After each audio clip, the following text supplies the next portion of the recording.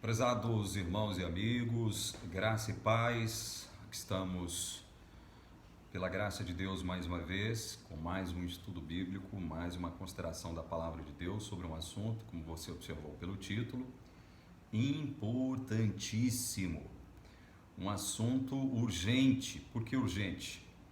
Bom, deixa eu lhes dizer por que estou gravando esse vídeo, por dois motivos básicos, essenciais. Primeiro, para tentar desconstruir uma ideia muito difundida no meio cristão evangélico, não só brasileiro, bem como mundial, de que após a nossa conversão, após o nosso novo nascimento, a regeneração em Cristo, nós estamos desobrigados de obedecer e de guardar a lei de Deus. Este é um entendimento errôneo, muitíssimo difundido dentro do movimento cristão evangélico.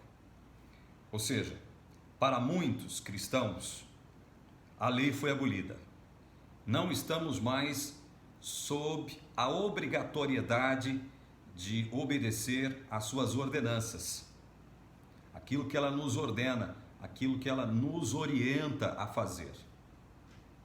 Estamos desobrigados disso, a lei foi abolida. Este é o primeiro motivo. E este entendimento eu vou mostrar para vocês que é completamente antibíblico isso. Isso é completamente antibíblico, certo? Essa é a primeira razão de eu estar gravando esse vídeo aqui hoje, abordando este assunto. O segundo motivo é que dias atrás eu recebi a indicação de um vídeo onde um jovem que se diz cristão, que tem um canal aqui no YouTube, onde ele, neste vídeo específico que me foi enviado, ele vai trabalhar a suposta distinção de sentidos entre lei e mandamentos. Ele vai dizer o seguinte: lei, quando a Bíblia fala de lei, ela está fazendo uma referência à lei de Moisés, portanto esta lei não existe mais, ela foi abolida. Já quando a Bíblia fala de mandamentos, ela está querendo dizer que estes mandamentos não são as mesmas leis de Moisés, não têm o mesmo sentido, o mesmo significado. Os mandamentos são de Deus e de Jesus e nós devemos observar esses mandamentos que não têm absolutamente nada a ver com a lei de Moisés. E o interessante é que este jovem, eu não creio que ele esteja mal intencionado, eu só creio que ele está terrivelmente equivocado, né? Ele faz afirmações simplórias, pueris, afirmações sem fundamentação no texto original, na língua original, que é o grego, a língua na qual foi escrita o Novo Testamento. Então ele deixa de fazer considerações que são importantíssimas para o verdadeiro entendimento do sentido de lei e o sentido de mandamentos. Então, por esses dois motivos eu estou aqui falando, eu tomei a decisão de falar aqui um pouco mais sobre a lei de Deus, certo? Primeiro dizendo o seguinte: lei e mandamento possuem sentidos semelhantes. É óbvio que a lei ela é um conceito mais amplo na palavra de Deus. Em toda a palavra de Deus, a lei ela é um conceito mais amplo, não é? Mandamento é um conceito mais restrito. Há uma ordenança, há uma ordem, certo? Mas o sentido é o mesmo. O sentido é o mesmo. Uma lei deve ser observada, um mandamento deve ser observado. Uma lei deve ser seguida, um mandamento deve ser seguido, né? As orientações da lei existem para o nosso bem. As orientações expressas nos mandamentos, sejam eles de que natureza for, desde que sejam mandamentos de Deus ou de Jesus, também existem para o nosso bem. Nós vamos ver aqui que tentar fazer esta distinção entre lei e mandamentos, como lei sendo algo negativo e algo já não existente, e mandamentos algo extremamente positivo, porque vem de Jesus e vigente, é muito pueril, é simplório demais, entendeu? Eu não estou fazendo uma crítica, eu não estou julgando o rapaz que fez esse trabalho aqui, não. Eu estou julgando aquilo que ele fez, né? As explicações que ele deu, né? os postulados que ele assumiu, as afirmações que ele fez. É isso que nós estamos criticando aqui, não o próprio rapaz, que eu creio ser um rapaz cheio de boas intenções, certo? Mas nós não vamos entrar nesse mérito aqui não, discutir distinção entre lei e mandamentos. Não há necessidade disso, né? Até porque eu creio que boa parte dessas pessoas que me acompanham aqui na TV Caminho Livre já tem maturidade suficiente para poder entender o seguinte: olha, embora a lei possua um sentido, né, seja um conceito mais amplo, lei abarca uma série de ordenanças de várias naturezas, né, pode ser moral, pode ser cerimonial, né, ritual.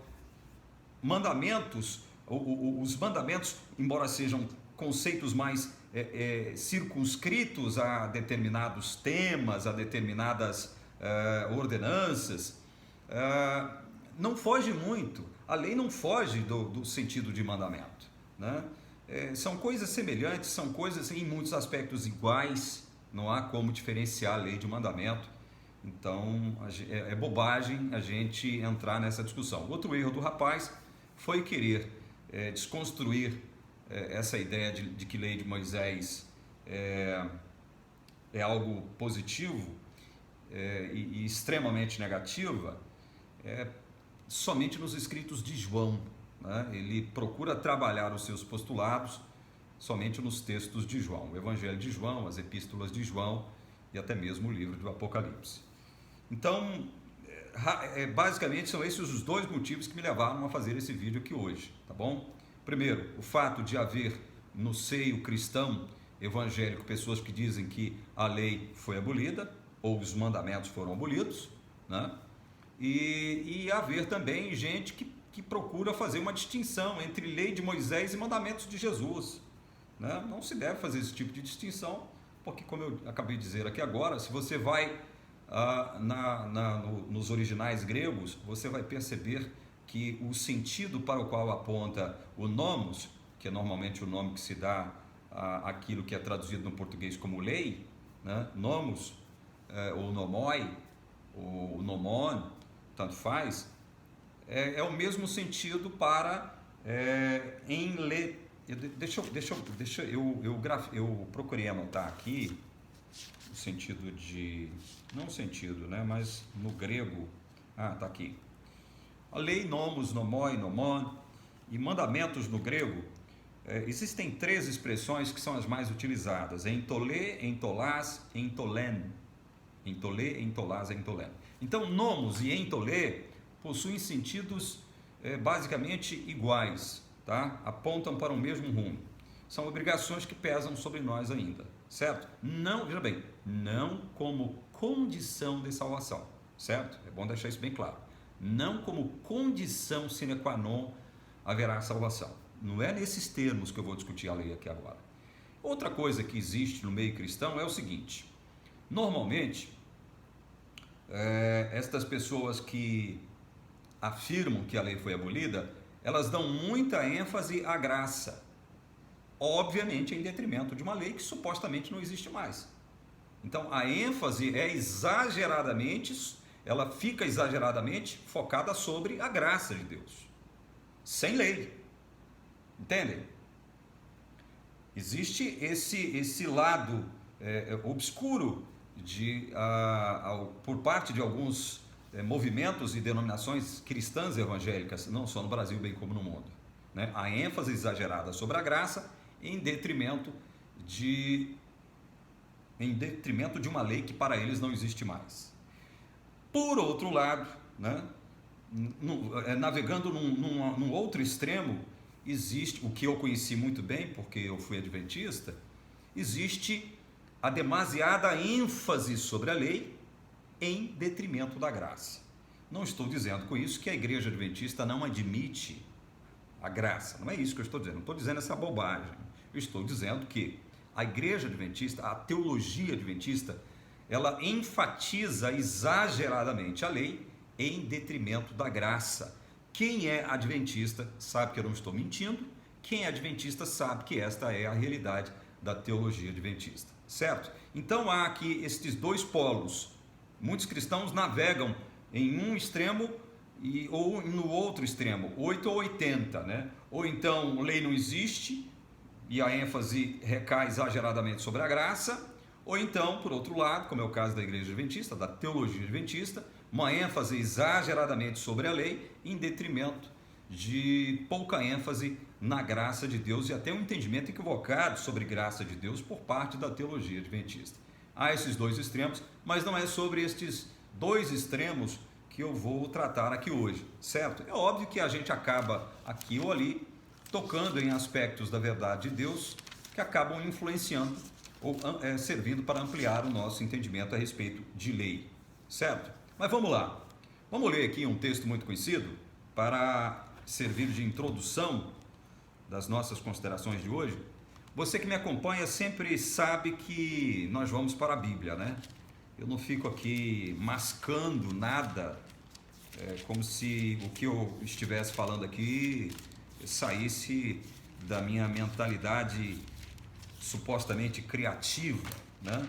Eu não fico aqui vomitando, reverberando, replicando o conhecimento humano ou aquilo que eu mesmo penso, né? Eu vou à palavra de Deus como a fonte mais primária do conhecimento da redenção, aquilo que expressa o conhecimento da redenção, da salvação, enfim, o Evangelho de Deus, certo? Então vamos ler como a título de introdução o que se encontra em 1 João capítulo 3, versículo 4. Leia comigo. 1 João capítulo 3, versículo 4.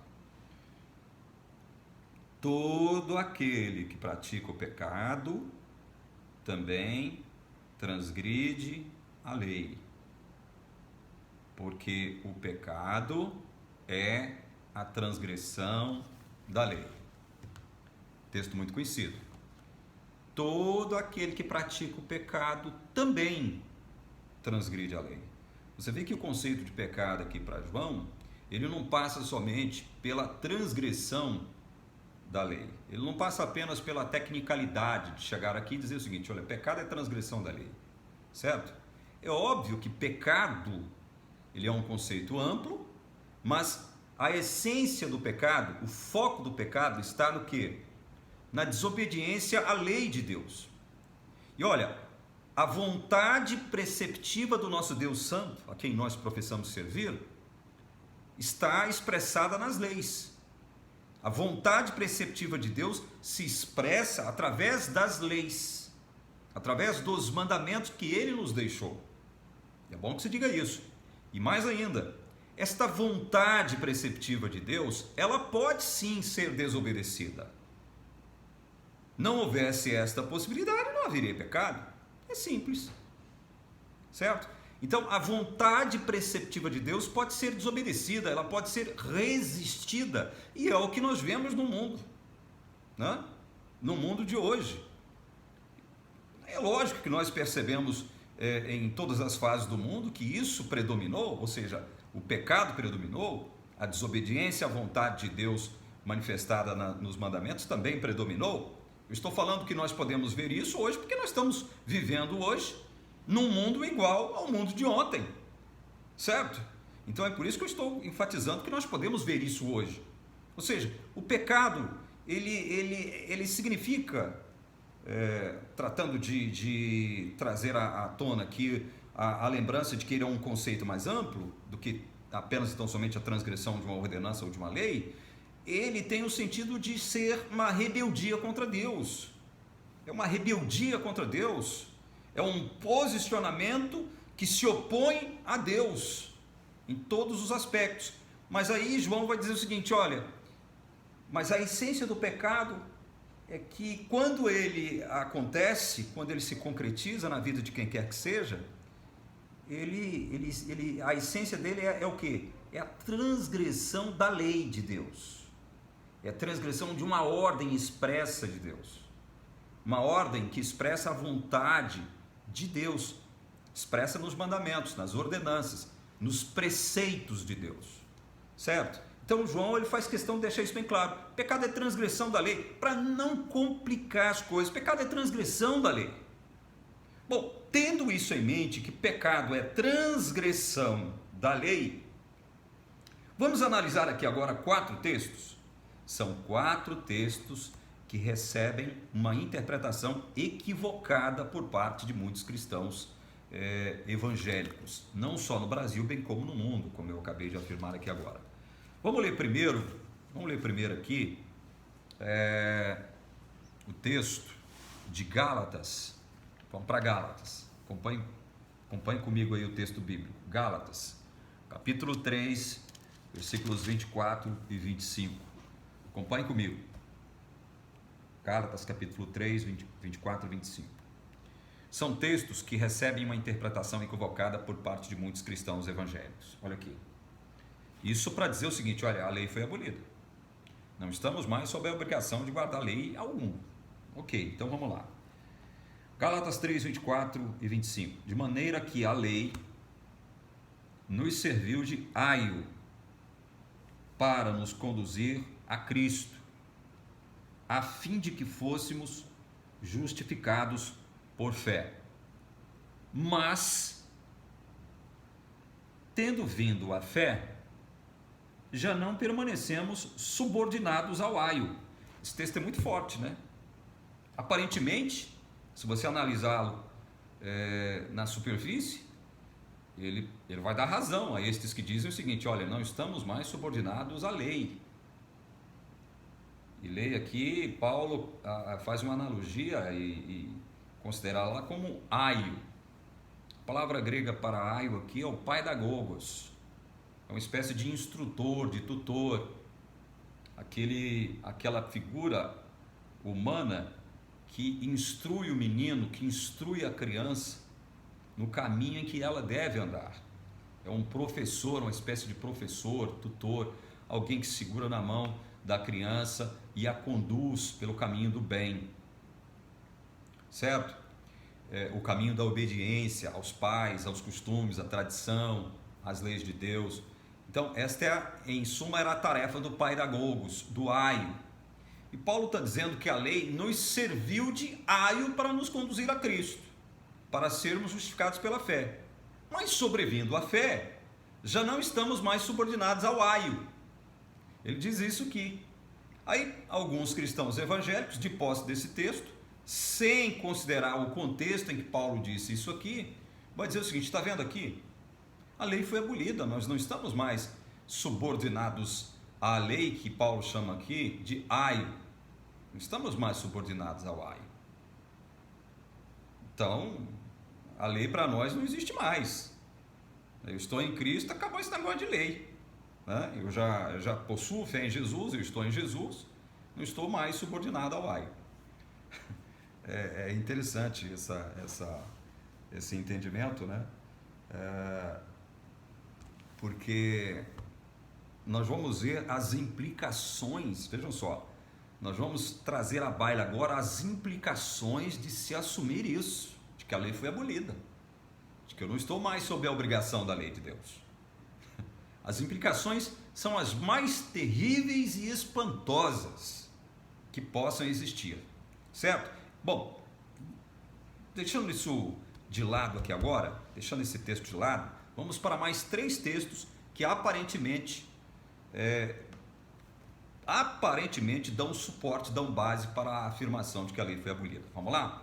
Vamos para um texto clássico, de novo, mais um texto clássico aqui. Desta vez vamos para Romanos, capítulo 6, verso 14. Romanos 6, 14. O texto diz assim: porque o pecado não terá domínio sobre vós, pois não estáis debaixo da lei, e sim da graça. Esse é outro texto muito utilizado por aqueles que dizem que a lei foi abolida. O pecado não terá domínio sobre vós. Por que ele não terá domínio? Porque não estáis debaixo da lei, e sim da graça. Lembrem-se que pecado, segundo o texto sagrado, a essência do pecado, né, o sentido mais técnico e sintético de pecado é o quê? Transgressão da lei. Transgressão da lei. É quando eu desobedeço a uma vontade de Deus que foi expressa numa ordenança, numa lei, num mandamento específico. Então, pecado é transgressão da lei. Aí o que o texto diz então? porque a transgressão da lei, estou traduzindo aqui, não terá domínio sobre vocês, pois não estáis debaixo da lei, e sim da graça. Este é um outro texto que recebe uma interpretação equivocadíssima por parte dos antinomianos. Antinomianos são todos aqueles que dizem que a lei foi abolida, tá? Antinomos, ou seja, anti-lei, certo? Nomos, como eu disse aqui, é um termo grego para lei. Então, os antinomianos pegam também esse texto aqui, desconectado do seu contexto mais amplo, e afirmam que a lei foi abolida, certo? Não estamos mais debaixo da lei, o pecado não tem mais domínio sobre nós, porque não estamos mais debaixo da lei, sim debaixo da graça. Tá vendo? A lei foi abolida, não estamos mais debaixo dela. Vamos pegar outro texto? Vamos para Efésios. Vamos lá para Efésios agora. Efésios, capítulo 2, versículo 15. Efésios 2,15. Olha só o que Paulo diz aqui em Efésios 2,15. Aboliu na sua carne, Paulo está falando aqui de Cristo, tá? Aboliu na sua carne a lei dos mandamentos na forma de ordenanças, para que dos dois criassem em si mesmo um novo homem, fazendo a paz. Aboliu na sua carne a lei dos mandamentos na forma de ordenanças, para que dos dois criassem em si mesmo um novo homem, fazendo a paz. Então, segundo os antinomianos, as leis foram abolidas. Está aqui mais um texto supostamente afirmando tal postulado. Olha aqui. Aboliu na sua carne a lei dos mandamentos na forma de ordenanças. Aboliu. Não existe mais. É mais um texto utilizado pelos antinomianos para afirmar que a lei foi abolida. Certo? Esse é outro texto, que também é desconsiderado, ele é desconectado do seu contexto e, evidentemente, os antinomianos vão utilizá-lo para afirmar que a lei não existe mais.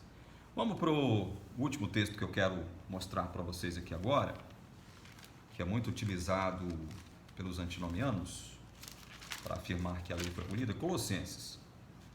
Colossenses capítulo 2.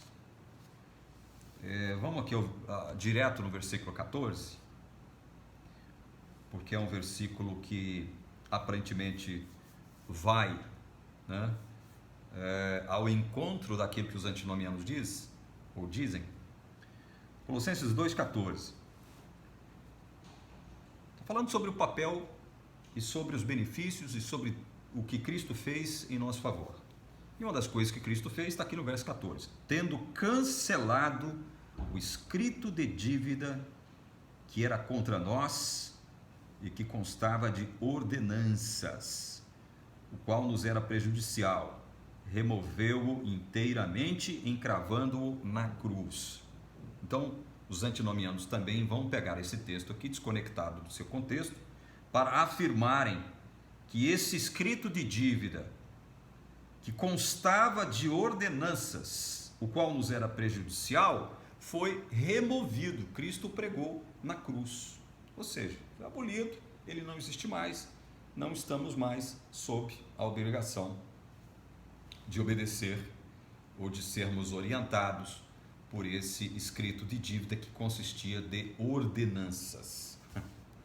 Esse é outro texto.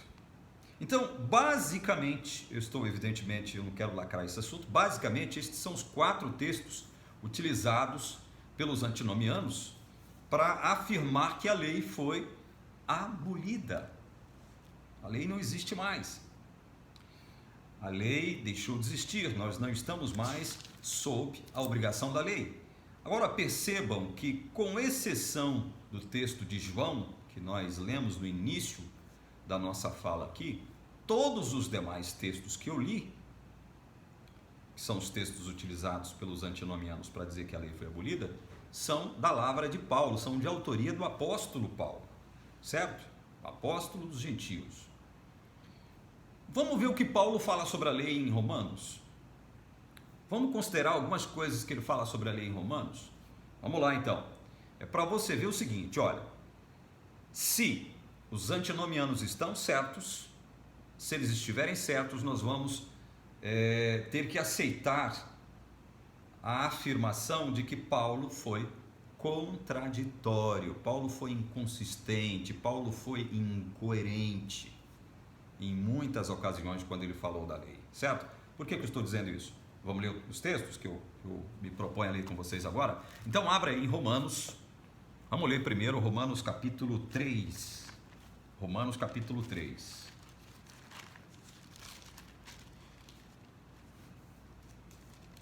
Vamos ler o verso 31. O verso 31 diz assim: anulamos, pois, a lei pela fé. Olha a pergunta. Olha a pergunta. Anulamos, pois, a lei pela fé. Ou seja, o fato de eu ter fé em Cristo. E fé é o que me traz justificação, segundo o próprio Paulo. O fato de eu ser justificado por crer em Cristo, isto anula a lei de Deus? Isto abroga, abole, apaga a lei de Deus? O que Paulo vai responder? Não, é um enfático não aqui, né? De maneira nenhuma. Antes, confirmamos a lei. Antes, nós confirmamos a lei. Olha só que interessante. Olha só. Os antinomianos pegam os textos de Paulo para dizer que a lei foi abolida, que a lei foi anulada, que ela foi extinta, que nós não estamos mais sob a sua jurisdição, não estamos mais sob a obrigação de guardá-la. São textos de Paulo. Mas Paulo, aqui em Romanos 3,31, está dizendo de forma clara e categórica que nós não anulamos a lei pelo fato de termos fé em Cristo. Nós não anulamos, pelo contrário, nós confirmamos a lei de Deus quando, pela fé, nós cremos em Cristo e somos justificados. Olha só que interessante. Vamos ler um outro texto de Paulo? Mais uma afirmação positiva de Paulo a respeito da lei. Romanos, aí mesmo, Romanos capítulo 7, versículo 12. Paulo afirma o seguinte: por conseguinte, olha só o que Paulo afirma: a lei é santa e o mandamento santo, justo e bom. Vejam que Paulo aqui, ele não concordaria com este jovem a quem eu me referi aqui no início do vídeo, e que eu prefiro não citar o nome do canal dele, porque eu não estou julgando o jovem, creio que ele não está mal intencionado, estou julgando os postulados, aquilo que ele afirmou, certo? Veja como Paulo não concorda com essa distinção entre lei e mandamentos. A lei, como um conceito mais amplo, ela abriga mandamentos.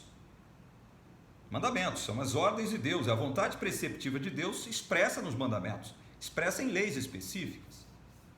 Então veja que Paulo está dizendo aqui, de forma também categórica, o seguinte: por conseguinte, a lei é santa e o mandamento santo, justo e bom.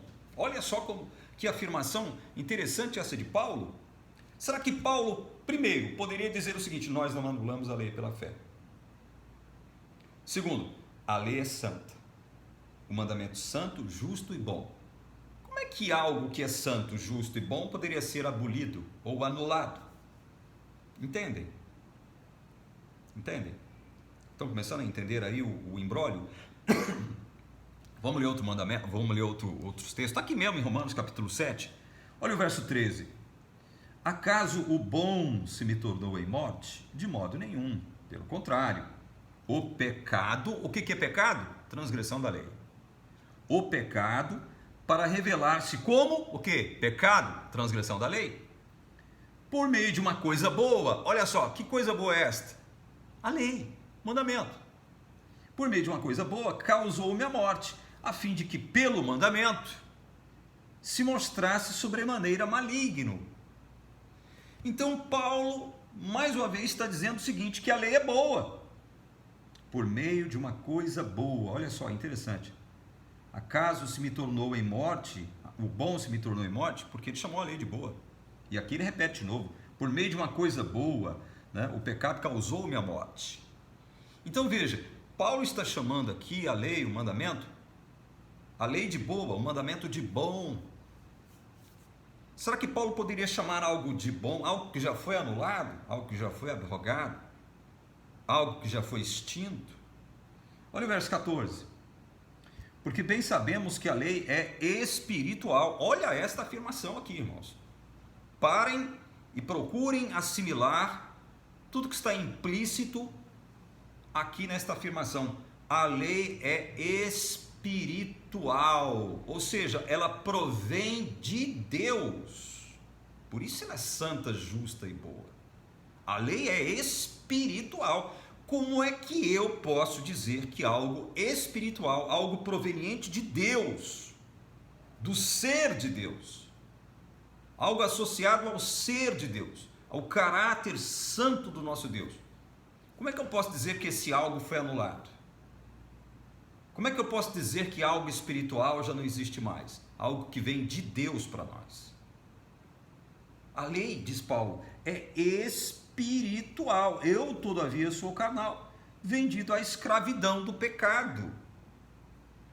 Como é que Paulo, que diz que a lei não foi anulada, a lei é boa, a lei é santa, o mandamento santo, justo e bom, ele repete de novo, a lei é boa, a lei é espiritual. Como é que Paulo, que faz afirmações extremamente positivas sobre a lei, poderia, em outras circunstâncias, dizer que a lei foi completamente anulada, que nós não estamos mais sob a obrigação de guardar a lei?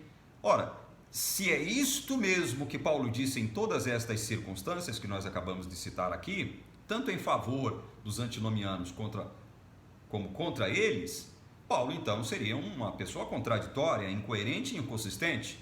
Deveríamos então fazer o seguinte, não dar ouvidos a Paulo como pessoa contraditória, uma pessoa incoerente, uma pessoa que se contradiz. Ora diz uma coisa, depois ora desdiz aquilo que ela diz em outra circunstância. Não dá para crer, não dá para acreditar numa pessoa assim, não é verdade? Mas veja, será que Paulo é que é o incoerente, é o inconsistente, é o contraditório nessa história? Ou é o nosso pobre entendimento, a nossa capacidade medíocre de perceber e assimilar alguns sentidos da palavra de Deus que merecem um retoque, né? Que merecem uma reformulação? Será que não sou eu que mereço estudar de fato o assunto de forma mais detida, procurando entendê-lo de forma mais ampla para saber se é Paulo o problema da história ou se é o meu entendimento, a minha interpretação particular que depõe contra o próprio Paulo? Será que eu não devo fazer isso, estudar mais, procurar entender o assunto de um modo mais amplo? Pois é isso que nós estamos fazendo aqui, meus amados irmãos, é isso que a gente está fazendo aqui. Por exemplo, analise o seguinte, eu já disse aqui, lendo aquele texto clássico, que o pecado é a transgressão da lei de Deus. Essa é a definição mais técnica e sintética possível que a Bíblia dá para o pecado. O pecado é transgressão da lei, certo? Mas vamos ver o que Paulo também diz, de outro modo, analisando um aspecto que primeiro se nos apresenta como aspecto negativo da lei, certo? Um papel negativo da lei. Ela primeiro tem que desempenhar um papel negativo para que só então depois ela mesma, a lei, nos conduza a um entendimento positivo, primeiro do seu papel e depois do que Jesus fez por nós, por causa dessa mesma lei. É interessante isso. Então vamos ver o que Paulo diz mais a respeito da lei aqui mesmo em Romanos. Vamos lá, Romanos capítulo 4, verso 15. Romanos 4, verso 15, diz assim: porque a lei suscita a ira, mas onde não há lei, também não há o quê? Transgressão. Paulo concorda com João aqui, né? Onde não há lei, não há o quê? Transgressão, não há pecado. Onde não há lei, não há o quê? Pecado. E ele diz mais, a lei suscita a ira, ela traz à tona a ira. A ira de quem mesmo? Do diabo? Não, a ira de Deus. Mas por que ela suscita a ira? Por que mesmo que ela suscita? Ela traz à tona a ira, ela instiga a ira de Deus. Por quê? Porque eu, enquanto ser humano, você, enquanto ser humano carnal que você é, que nós somos, Veja bem, eu estou dizendo do ponto de vista natural, tá? Porque todos nós, independentemente de sermos de Cristo ou não, possuímos uma natureza carnal. Nós que somos de Cristo, possuímos duas naturezas, uma espiritual e uma carnal. Por isso é que nós vivemos em conflito. Existe uma tensão dentro de nós, existe um conflito dentro de nós. Ele é real, esse conflito. É a natureza espiritual digladiando com a natureza carnal. O ímpio só possui a natureza carnal.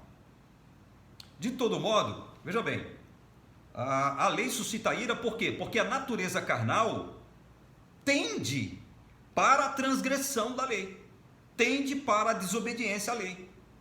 A natureza carnal, ela ama desobedecer à lei.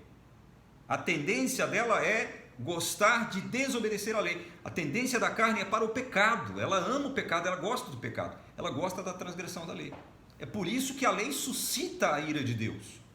Esse é um papel primariamente negativo, não é? Suscitar a ira de Deus contra o pecado. Mas ele acaba afirmando o seguinte: olha, onde não há lei, também não há transgressão. Ou seja, se não há lei, não há pecado. Agora nós precisamos ir desenvolvendo o assunto, conforme a Bíblia vai afirmando para a gente, para saber onde é que isso vai chegar, onde é que isso vai desembocar, quais são as implicações finais disso, de se assumir o quê? De se assumir que a lei não existe mais, de se assumir que a lei foi abolida, de se assumir que nós não devemos mais, como cristãos salvos pela fé em Cristo, não devemos mais guardar a lei. Vamos ver as implicações disso, vamos ver aí onde isso vai desembocar. Primeiro é o seguinte, Paulo está dizendo, olha, se não há lei, não há pecado. E a lei suscita a ira de Deus. Vamos ver mais aqui. Paulo faz mais uma afirmação grave da lei de Deus. Aí mesmo em Romanos capítulo 5, versículo 20.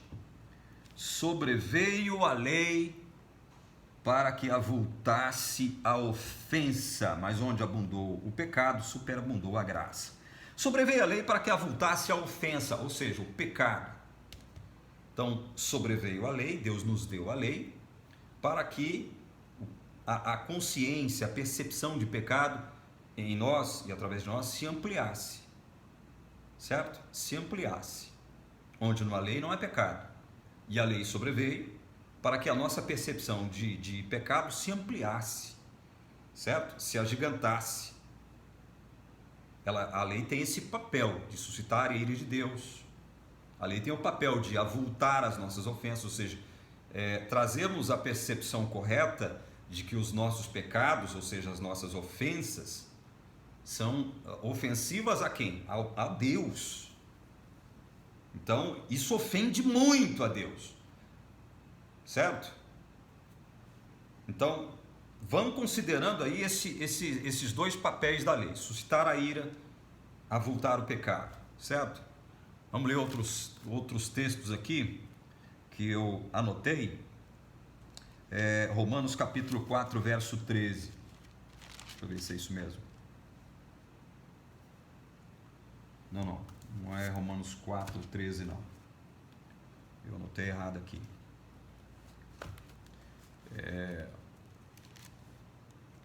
Romanos capítulo 7, Romanos 5, 13, perdão. Romanos 5, versículo 13, primeiro, antes de ir para Romanos 7.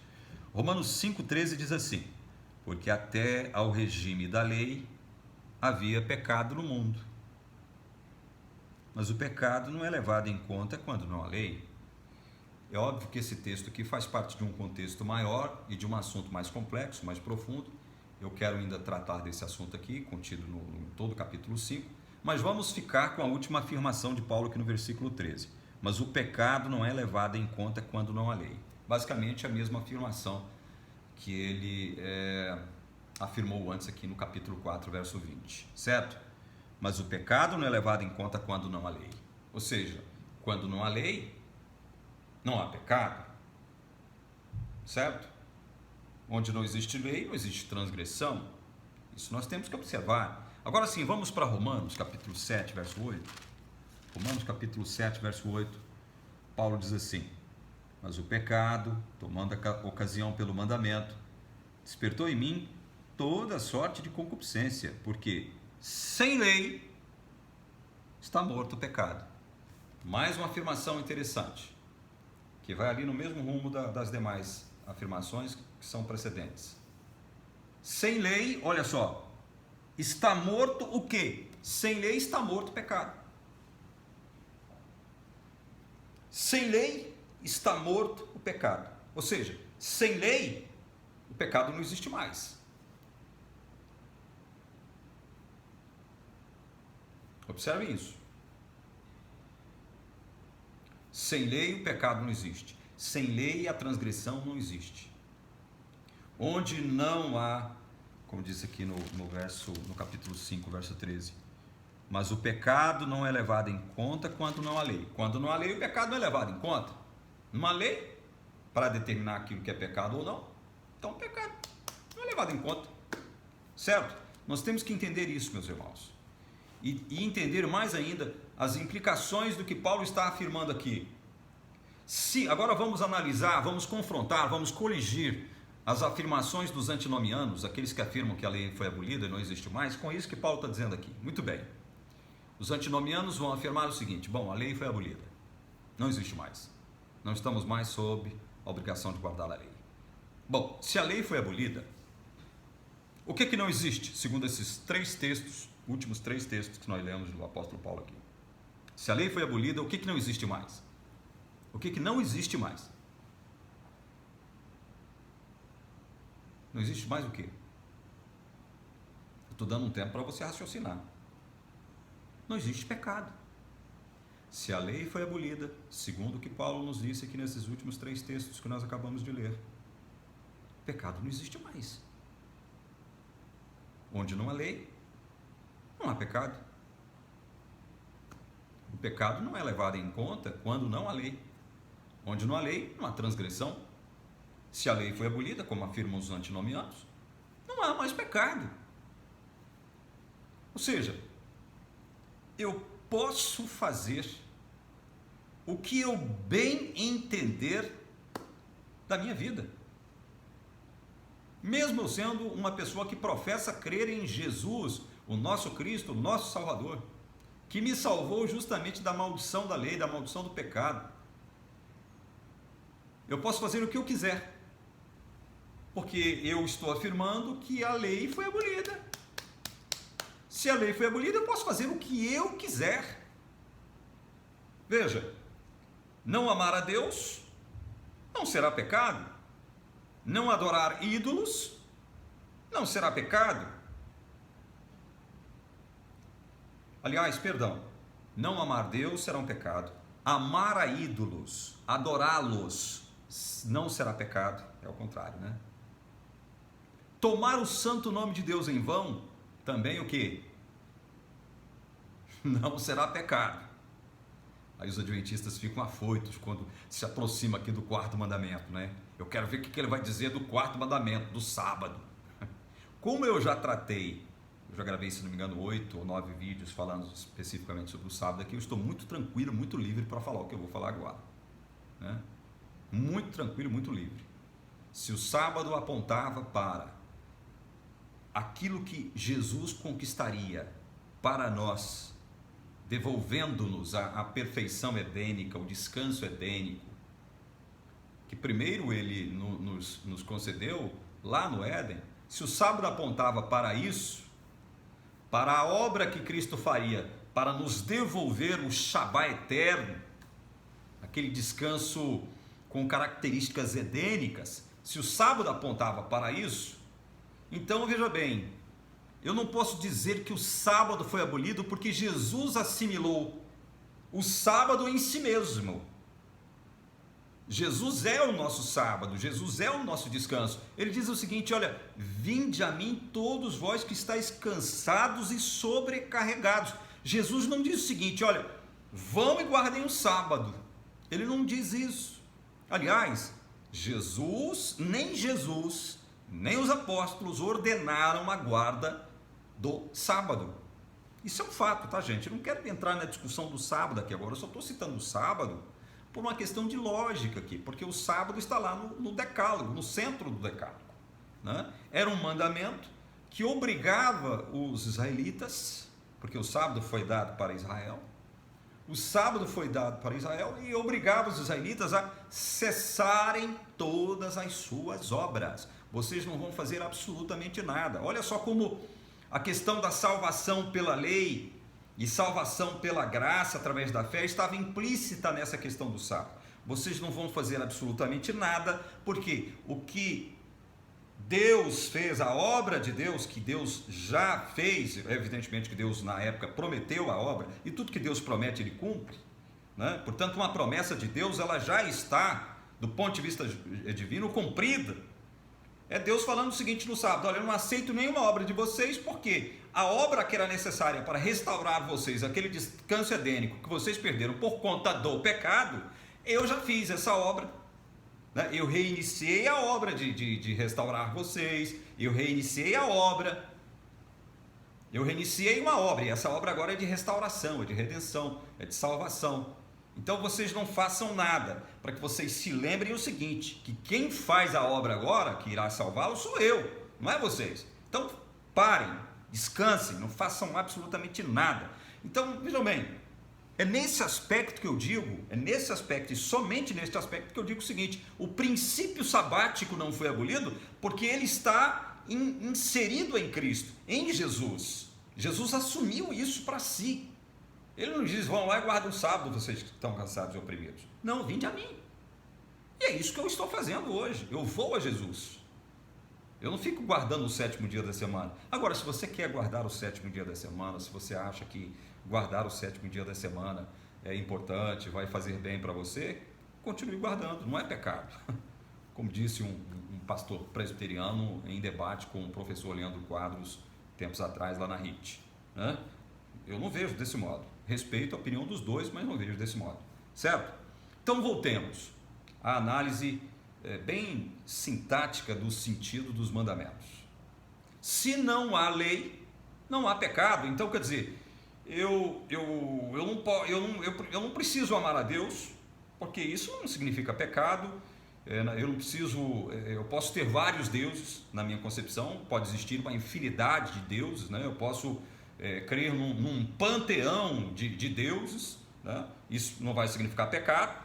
Eu posso adorar estes mesmos deuses, que isso não vai significar pecado. Eu posso tomar o nome do Deus Criador em vão, porque isso também não é pecado, a lei não existe esse mandamento. Né? Eu posso não crer em Jesus como meu Shabá, como meu sábado, porque isso também não vai alterar em nada. Eu crer ou não crer em Jesus como meu sábado não vai fazer diferença nenhuma. Né? Não crer em Jesus não tem nada a ver com pecado. Eu posso desobedecer a meu pai e minha mãe, que são os meus próximos mais próximos de mim, ou pelo menos foram durante um bom tempo da vida. Eu posso desobedecê-los, porque desobedecê-los não é mais pecado, não existe mais mandamento, né? Não existe mais lei obrigando eu a obedecê-los. Eu posso matar, inclusive, porque não há lei. A lei foi abolida, então eu posso matar. Se a lei foi abolida, eu posso adulterar, eu posso ser um fornicador de marca maior, eu posso ser um adúltero de marca maior. Certo?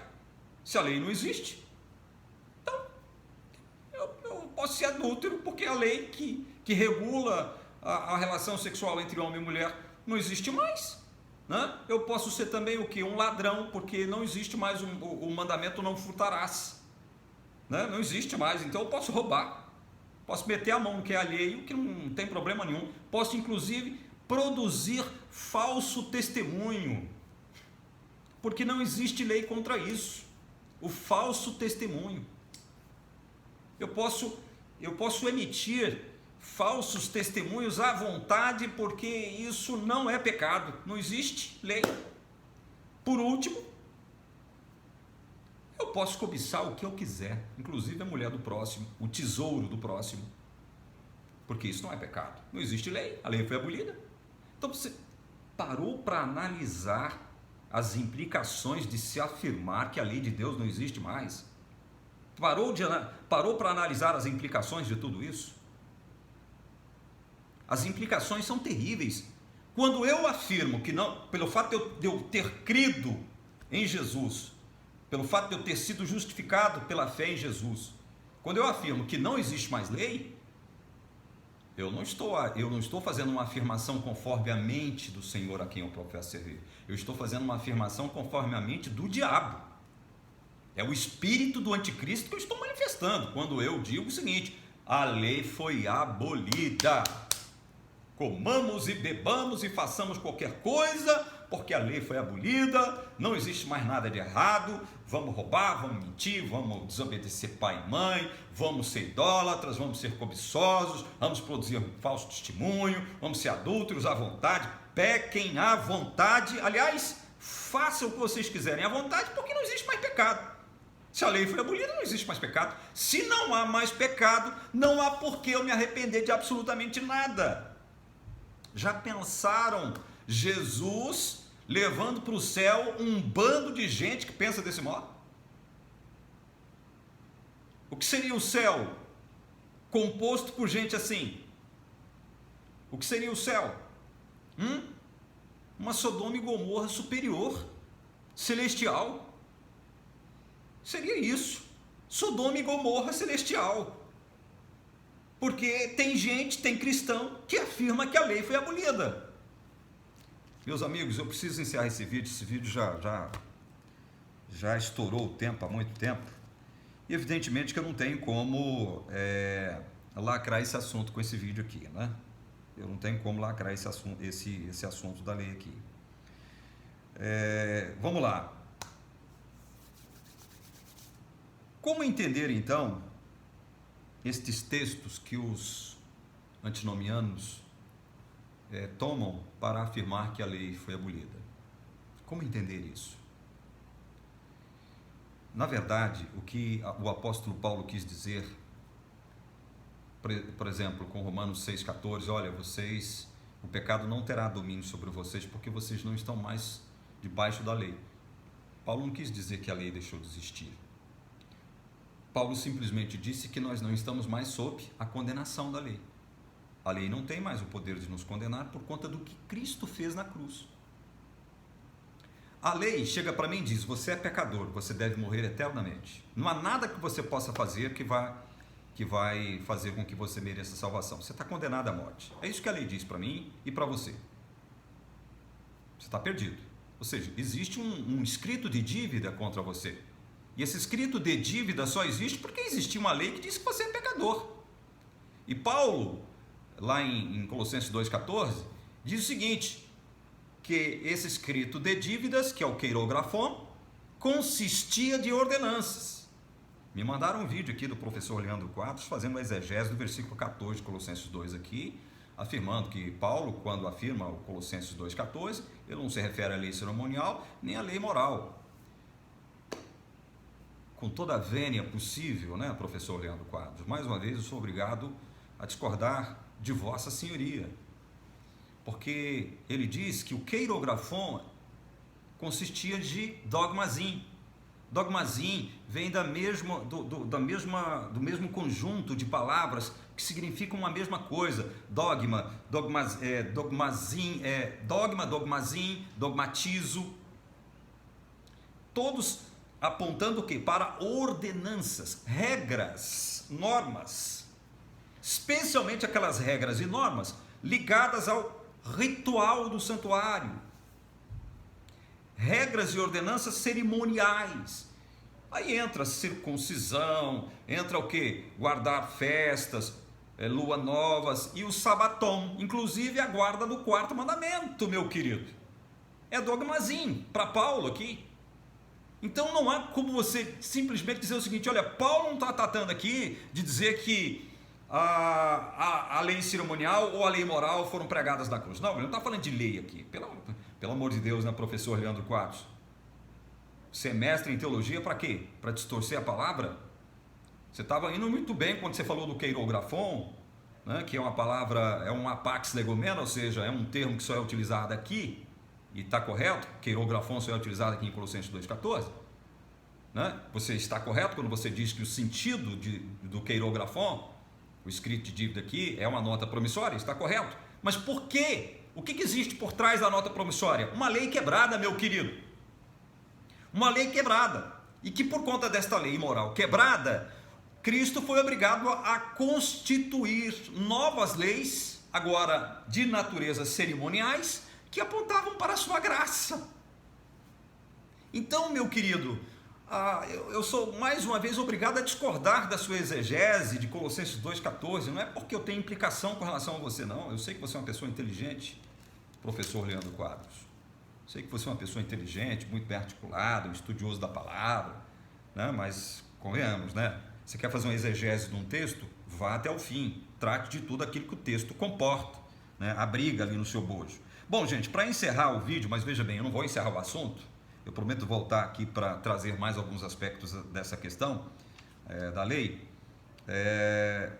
Eu falei aqui sobre o texto de Gálatas, né? Paulo se utilizando da metáfora do aio para dizer que o aio nos conduziu a Cristo e que agora nós estamos em Cristo, pela fé somos justificados, então nós não estamos subordinados mais ao aio. Gente, eu não estou mais subordinado ao aio porque eu estou agora em Cristo. O aio lei deixou de me orientar. Por que o aio lei deixou de me orientar? Porque agora eu estou sob o jugo suave de Cristo, o próprio Cristo. Entendem isso? Eu não estou subordinado ao aio. Por que eu não estou subordinado ao aio?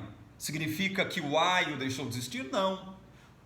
A expressão maior do aio é o próprio Cristo, o próprio caráter de Cristo. Ou vocês acham que Cristo andou aqui na terra não amando a Deus, sendo idólatra, tomando o nome de Deus em vão, não desobedecendo a questão do Shabá, não cumprindo as obrigações do Shabá, que apontavam justamente para a vinda dele, a sua primeira vinda, e o que ele faria na cruz?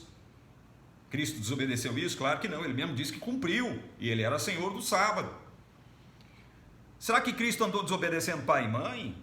Será que Cristo andou matando, adulterando, roubando, produzindo falso testemunho ou cobiçando as coisas alheias? Não, Cristo é a própria expressão desta lei, a quem Paulo chama aqui em Gálatas 3 de aio. Eu não estou subordinado ao aio porque eu estou agora subordinado a Cristo, e Cristo é a expressão do aio. Eu não preciso mais do aio porque eu estou diante daquele que é Senhor da lei de Deus. Foi ele que promulgou a lei. A lei vem dele, provém dele, se originou nele, do caráter santo dele. Por isso que eu não preciso mais de aio, certo? Ora, e Jesus diz em São João 14,15, eu quero ler esse penúltimo texto, porque eu quero ler o último texto aqui para vocês, eu não poderia iniciar esse vídeo sem ler o último texto que eu programei ler para vocês. Olha, João 14,15, vocês veem como é interessante a gente analisar a Bíblia de uma forma mais ampla, né? Mais honesta, mais harmoniosa. João 14,15, Jesus diz o seguinte: se me amais, guardareis os meus mandamentos. Ora bolas, eu não estou subjugado ao aio, mas eu estou subjugado a esse Jesus Cristo maravilhoso, que me livrou da maldição desse aio. Esse aio me condenava as minhas ações pecaminosas, me condenava à morte eterna. Vem Jesus e me livra desse aio que me condenava à morte. Eu agora estou nele, certo? Eu estou nele. A lei deixou de existir porque eu estou em Cristo? Óbvio que não, pelo contrário. A lei se torna mais necessária agora, já que eu sou uma pessoa salva por Cristo, eu sou um cidadão do reino de Deus. Eu tenho que dar o exemplo aqui na terra de que eu sou um cidadão do reino de Deus, e o reino de Deus, ele está regulado. O que regula o reino de Deus são as leis desse próprio Deus. Entendem isso? Os princípios, né? Os princípios dessa lei de Deus, certo? Os princípios. Então, voltando aqui para Gálatas, abram lá Gálatas de novo. A gente vai aqui, vai lá, vai acolá. Vamos lá para Gálatas, capítulo 5, e leia comigo o verso 14. Só lembrando mais uma vez, eu vou encerrar esse vídeo, mas não estou encerrando o assunto não, tá? Gálatas 5,14 diz assim: porque toda a lei se cumpre em um só preceito, a saber, amarás o teu próximo como a ti mesmo. Ora, Paulo aqui em Gálatas discute esse papel da lei, né? A relação da lei com as promessas de Deus, a relação da lei com a fé, a relação da lei com a salvação, enfim. E por último aqui, ele diz o seguinte: toda a lei se cumpre em um só preceito, a saber, amarás o teu próximo como a ti mesmo. Então, como é que a lei se concretiza na nossa vida? Como é que a lei se concretiza? Quando e como a lei se torna real? Quando eu amo o meu próximo como a mim mesmo. É aí que a lei se concretiza. É aí que eu cumpro a lei. É aí que eu torno a lei real na minha vida. Ora, como? Amando o próximo como a mim mesmo. Se eu digo que a lei foi abolida, eu também estou livre da obrigação de amar o meu próximo. Entendem? Vocês estão entendendo? Essa é mais uma razão do porquê a lei não foi abolida. Se a lei foi abolida, o amor também terá sido abolido, gente. O amor também terá sido abolido. Pensem nisso. Eu volto no próximo vídeo ainda tratando desse assunto. Por quê? Porque eu tenho que dizer um negócio para vocês. Existiu a velha aliança e a nova aliança. Eu vou falar um pouquinho, porque eu não pretendo me aprofundar nisso, porque é assunto complexo também, né? Muito amplo. Toda a Bíblia trata de velha aliança, nova aliança. Mas eu vou falar um pouquinho dessa relação da lei de Moisés e velha aliança de Cristo com a nova aliança e a lei, os seus mandamentos, a lei de Deus, certo? Vou falar um pouquinho sobre esse detalhe, entende? Para mostrar para vocês, ou seja, para amarrar de uma vez por todas a ideia, para afirmar em vocês a ideia de que a lei não foi abolida. A lei não foi abolida. Ela simplesmente deixou os rolos dos livros, ou seja, a caducidade da letra, os rolos antigos dos livros onde ela foi primeiramente escrita, grafada, registrada, deixou lá as tábuas de pedra onde os 10 mandamentos foram escritos, deixou tudo isso, as tábuas de pedra e os rolos dos livros, para vir residir em outro lugar, na nossa mente. A essência da nova aliança está aí. A essência da nova aliança não está em abolir a lei. A essência da nova aliança está em fazer o seguinte: olha, vocês agora não precisam de livros nem de tábuas de lei para poderem me obedecer. Por que não? Porque eu já salvei vocês, e ao salvá-los, eu fiz um pacto, uma nova aliança com vocês, e eu imprimi as minhas leis nas suas mentes, nos seus corações, de tal modo que agora vocês não precisam de rolos de livros, vocês não precisam de tábuas de pedra, vocês não precisam da caducidade da letra para poderem me obedecer. Vocês agora têm a lei dentro de vocês. A essência da nova aliança está aí. Certo?